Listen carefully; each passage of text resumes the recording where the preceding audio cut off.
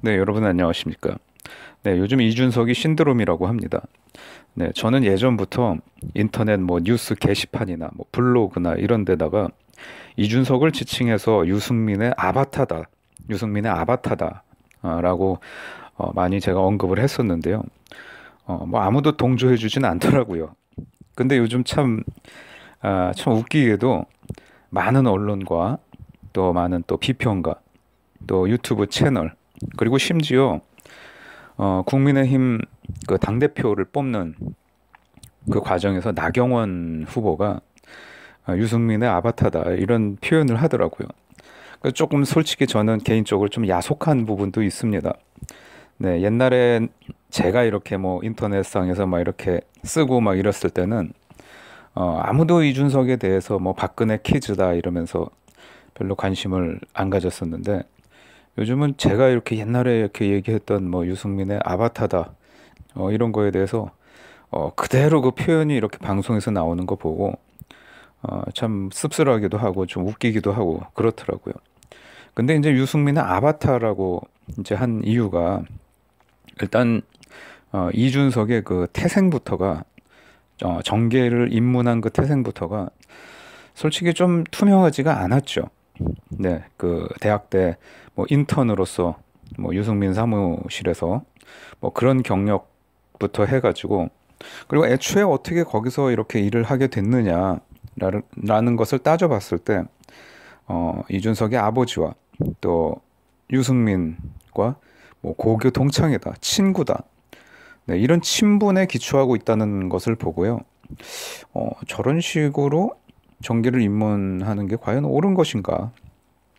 현대판 음서제가 아닌가? 뭐 이런 생각도 해봤습니다. 그런데 외적으로는 형식적으로는 그러니까 아주 뭐 드라마틱한 그런 스토리를 꾸몄더라고요. 그러니까 너 어떻게 정계 입문했냐 했더니 자기가 뭐 운영하던 뭐 그 야학 단체 거기서 있다가 박근혜 대통령이 우연하게 거기를 방문을 했다. 방문을 했다가 복도에서 우연하게 이렇게 마주쳤는데 이제 그 길로 몇 마디 나눠보고 박근혜 대통령이 자기를 기용했다. 예, 그래서 뭐 비대위원인가 그 당시에 그런 걸 했었죠. 근데 저는 대중이 아무리 저는 지금도 요즘 뭐 손정민 군 사건이나 이런 거 보면서 대중은 참 선동에 취약하다. 그리고 또 어떤 면에서 아주 나쁘게 보면 좀 우매한 부분도 있다라고 생각을 하는 것이 이런 정치인들의 이런 좀 뭐라고 할까 자기적인 스토리 이런 거를 그냥 고지고대로 믿더라고요. 네, 고지고대로 믿더라고요. 근데 박근혜 대통령이 한번 생각을 해보십시오. 우연하게 어디 방문해가지고 우연하게 몇 마디 나눠보고 그런 어린 청년을 당시 뭐 만 26인가요? 그렇게 어린 청년을 당의 비대위원으로 기용을 한다? 예, 말이 안 되는 거죠. 예. 이게 국가라는 어떤 그런 큰 틀에 있는 또 이제 정당이라는 그런데 어떤 핵심적인 그런 역할을 하는 인재를 뽑는데 무슨 뭐 구멍가게 알바 뽑는 것도 아니고 그런 식으로 한다는 게 저는 도무지 신뢰가 안 가더라고요. 근데 그 당시에 이제 이준석이가 제가 말씀드리고 싶은 거는 이준석의 어떤 정치적인 태동부터가 잘못됐다. 굉장히 투명하지가 않다. 저는 이걸 예전부터 그 그 유승민의 아바타라는 주장과 함께 예전부터 저는 주장해오고 있는데요. 제가 과거에 이준석이 처음 나왔을 때 실제로 본 적이 있습니다. 어, 그 당시에 이제 뭐 서점에 갔다가 이준석이 와가지고 이제 그 자신의 저서에 대한 사인회를 하고 있더라고요. 근데 어, 굉장히 어린 나이에 그 비대위원으로 선출되고 그러고 얼마 지나지 않아가지고 책을 썼어요, 걔가. 그 과연 저거를 저 친구가 아무리 똑똑해도 저 짧은 시간 내에 저렇게 책을 출간을 한다? 저는 그게 조금 의문이 들더라고요. 뭐 본인이 직접 썼는지 남이 대피를 해줬는지는 잘 모르겠지만, 어, 굉장히 정치적이다. 굉장히 정치적이다. 보통 정치인들이 어느 정도 연식이 되는 정치인들이 자서전을 낼 때가 있는데요. 그거를 보통 대개는 거의 한 99%는 그 대필로 이루어지는 걸로 알고 있습니다. 대필 작가가 돈을 얼마를 받고 그걸 대신 써주는 거죠. 근데 이제 그거를 사실 뭐 대필까지 해가지고 책을 출간하는 것이 뭐 누가 뭐 얼마나 사주겠어요. 따지고 보면은 적자일 수 있는데 손해보는 장사일 수 있는데 근데 정치인들이 굳이 손해보는 장사는 안 하겠죠. 보통 이제 그런 걸 써서 그 출판 기념회라는 걸 하는데 그때 이제 후원금을 받는 거죠. 이제 그런 식으로 하는데 얘는 그 당시에 나이도 스물 몇 살밖에 안 됐고 뭐 비대위원이라는 어떤 정치적인 직함보다는 뭐 자기 스스로 난 벤처 기업가다. 네, 이러면서 나왔던 애가 왜 저런 책을 쓸까? 정치인인가? 조금 의아했습니다. 그리고 그 당시에 이제 사회 초년생이었는데 돈도 그렇게 많지도 않을 텐데 저런 돈은 어디서 이렇게 해가지고 출간을 하는 건지 좀 의문스럽더라고요. 그때만 해도 이준석이 갖고 있는 가장 큰 강점이란 것이 바로 하버드 대학교 타이틀이었죠. 그거 외에는 뭐 하나도 특별히 뭐 이렇게 부각될 수 있는 게 없었습니다.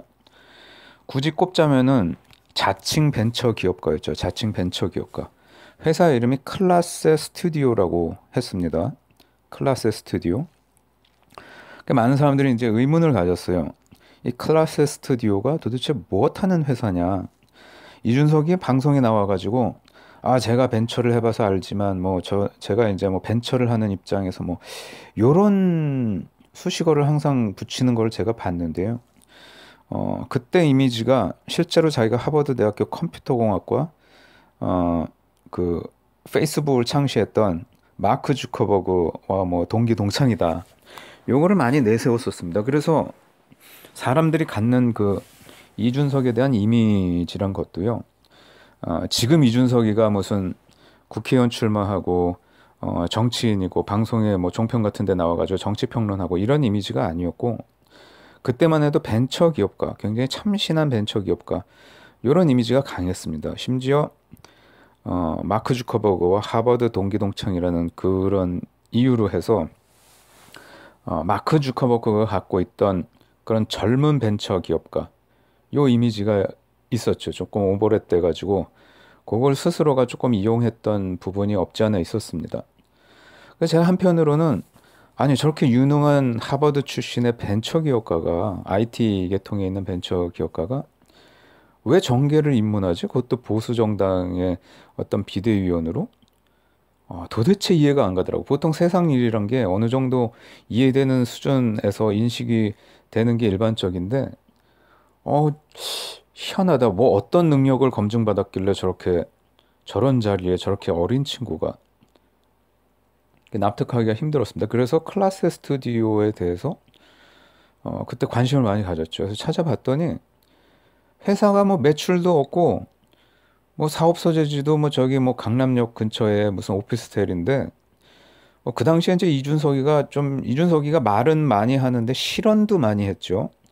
트위터에다가 그 당시 삼성타운 앞에서 그 시위하던 전철연 전국 철거민 연합이라고 그 사람들 시위하는데 시끄럽다고 거기다가 뭐 욱해가지고 트위터를 남겼더라고요. 뭐 전철연 자식들 뭐 시끄럽다 어쩌고저쩌고 하면서 그래서 얘가 강남역 거기서 뭐 거주하고 뭐 일하고 오피스텔에서 있는 거는 맞긴 맞구나 라고 생각을 했는데 그 회사 홈페이지 들어가서 보니까요. 도대체 아무리 찾아봐도 매출이 날 어떤 구조가 보이지가 않는 거예요. 무슨 문제집 테스트 받아라고 해가지고 시중에 모든 시험에 관련된 문제집을 뭐 판매를 한다는데 찾아보니까 서비스를 뭐 실제 개시하지도 않았어요. 준비 중이라고만 나옵니다. 그러면은 이게 아무리 하버드 출신이라고 해도 벤처기업가로서의 어떤 역량을 인정받아가지고 한 정당의 비대위원으로 이렇게 선출될 만한 제목인가? 아직 시작도 제대로 하지 않은 애를 무슨 그럴싸한 IT 벤처 기업의 벤처 기업가로 이렇게 포장된 게 아닌가 이런 의구심을 갖게 되더라고요. 너무 이상했습니다. 근데 그 이후에도 제가 클라스 스튜디오에 관심을 많이 갖고 계속 봐왔는데 결국 뭐 서비스는 제대로 시작도 안 하는 것 같더라고요. 그리고 완전히 이제 방송인으로 완전 턴해가지고 벤처 기업가 뭐 요 소리는 자화자찬식으로 했던 그 타이틀은 완전히 쏙 들어가 버리고 그냥 방송인으로 그리고 뭐 가끔 뭐 이제 감성 터치하는 뭐 택시 운전도 하고 뭐 무슨 뭐 반페미니 뭐니 뭐 이러면서 방송에 계속 나오면서 뭐 페북도 하고 도대체 이 친구 포지션이 뭐지라는 생각이 들었습니다. 근데 더 신기한 거는 노원병인가요? 거기서 3번 연속 출마를 했다는 것입니다. 그리고 3번 연속 낙선을 했죠. 야, 이거 대단한 파워가 있지 않으면은 어떻게 이게 가능할까? 한 지역에서 계속 이렇게 출마를 한다는 게 너무나 신기했습니다. 그런데 이 그 벤처 클래스 스튜디오란 것에 대해서 이번에 이제 이슈가 되면서 이준석이 뭐 당대표 후보로 뭐 신드롬을 일으키면서 또 많은 실언을 했어요. 자기가 서울시장도 만들었다 뭐 이런 식으로 얘기를 했는데 그 생각이 나가지고 다시 또 클래스 스튜디오를 좀 찾아봤습니다. 찾아봤더니 야, 이게 좀 무서운 게 이준석이가 비대위원이 되기 전 불과 4개월 전에 회사를 만들었더라고요.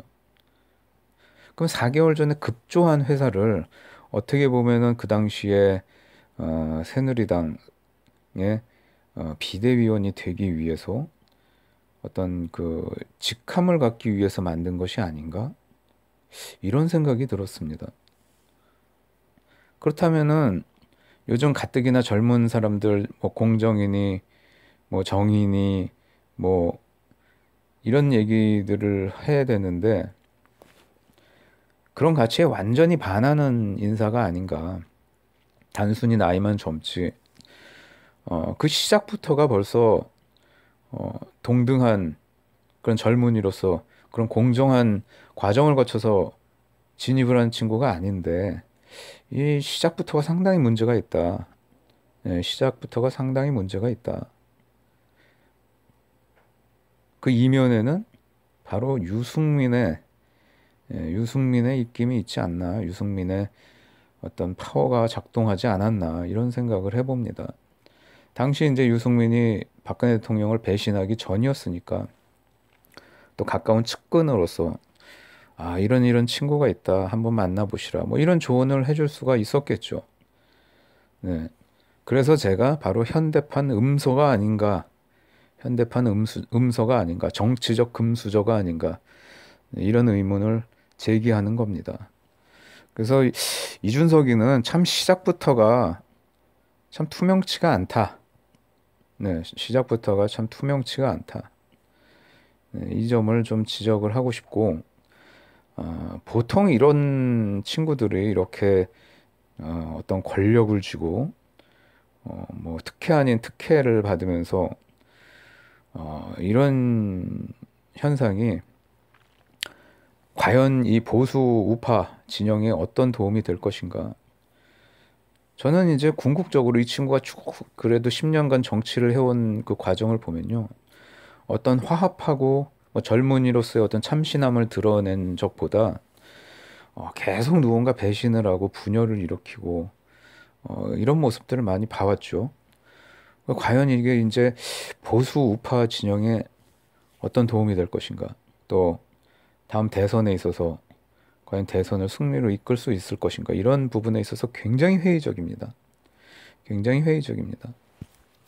결국은 유승민을 대선 후보로 추대하고 자신이 과거에도 얘기한 적이 있어요. 유승민 대통령 만드는 게 목적이다. 결국 그 길로 가지 않나. 근데 그렇게 되면은 결국 보수 우파의 분열을 초래하겠죠. 보수 우파 진영에서 소위 이제 뭐 탄핵파들, 이런 사람들은 유승민을 지지할 수 있겠지만 유승민에 대해서 아주 뿌리 깊게 반감을 갖고 있는 보수 우파 진영 분들이 굉장히 많습니다. 결국은 표가 갈리겠죠.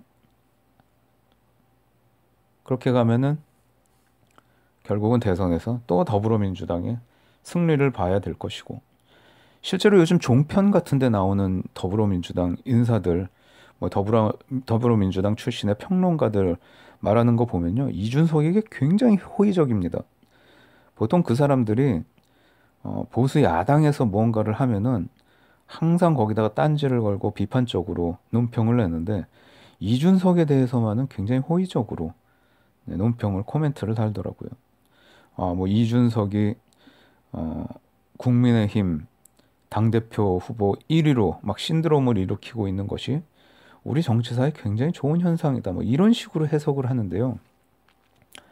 더불어민주당이 왜 그렇게 좋게 얘기하겠습니까?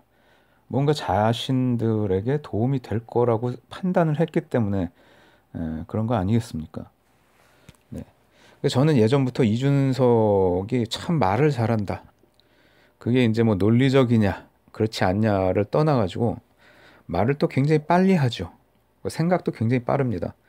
근데 그 말들에는 실언도 굉장히 많았고, 뭐 실제로 뭐 그로 인해 가지고 뭐 사과도 하고, 어, 저쪽 진영 사람들, 그러니까 지금 집권 여당 측 사람들에게 좀 도움을 주는, 또 그런 빌미를 제공하는 사건들도 많았습니다.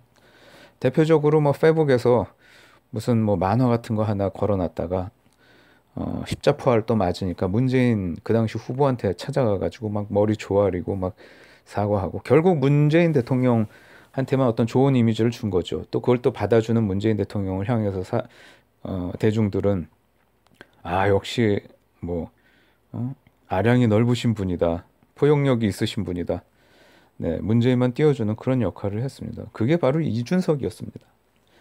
그래서 이 친구가 단순히 나이가 젊다는 게 실제로 어떤 참신함을 갖고 있느냐, 전혀 그렇지 않다고 생각을 하고, 굉장히 노회한 그 안 좋은 정치인의 모습들, 뭐 배신하고 분열을 일으키고 뒤에서 막 욕을 하고, 이런 모습들을 너무 많이 보여준 것이 오히려 우리 보수 우파 진영에는 큰 해악을 줄 것이다 라는 어떤 우려를 하게 됩니다. 저는 예전부터 이준석에 대해서 그렇게 좋게 생각을 안 했습니다. 예. 결국은 이제 이렇게 이런 신드롬을 일으키고 있다고 하는데, 과연 당대표가 될 수 있을런지는 이제 두고 봐야겠죠. 네, 들어주셔서 감사합니다.